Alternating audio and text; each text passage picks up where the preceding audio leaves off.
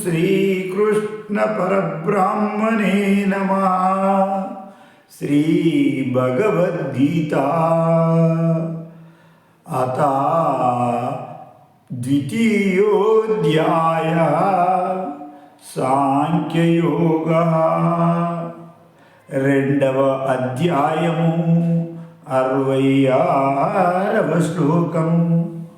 నాస్తి బుద్ధిరయుక్తస్య నాస్తి బుద్ధిరయుక్తస్య నచాయుక్తస్య భావనా.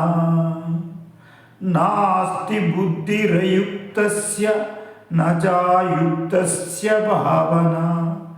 నచా భావయతః నచా భావయత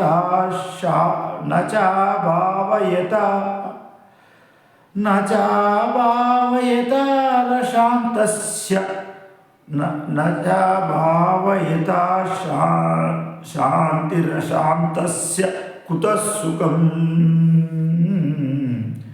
అశాంతస్య కుతం సుఖం.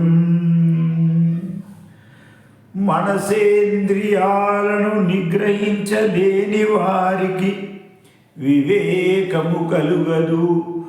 మనసు ఇంద్రియాలను నిగ్రహించలేని వారికి వివేకము కలుగదు.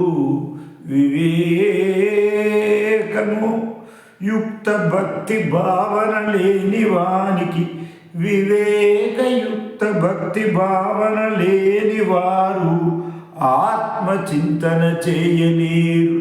వివేకయుక్త భక్తి భావన లేని వారు ఆత్మచింతన చేయలేరు. ఆత్మచింతన చేయని వారికి శాంతి లభించదు. ఆత్మచింతన చేయలేని వారికి శాంతి లభించదు. మరి శాంతి లేని వారికి సుఖమెట్లా ప్రాప్తిస్తుంది? అశాంతస్య కుతం సుఖం.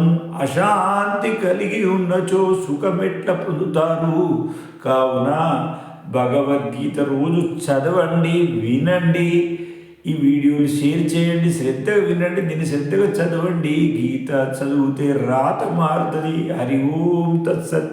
జై జై రామకృష్ణ హరి. లైక్ చేయండి, షేర్ చేయండి, సబ్స్క్రైబ్ చేయండి.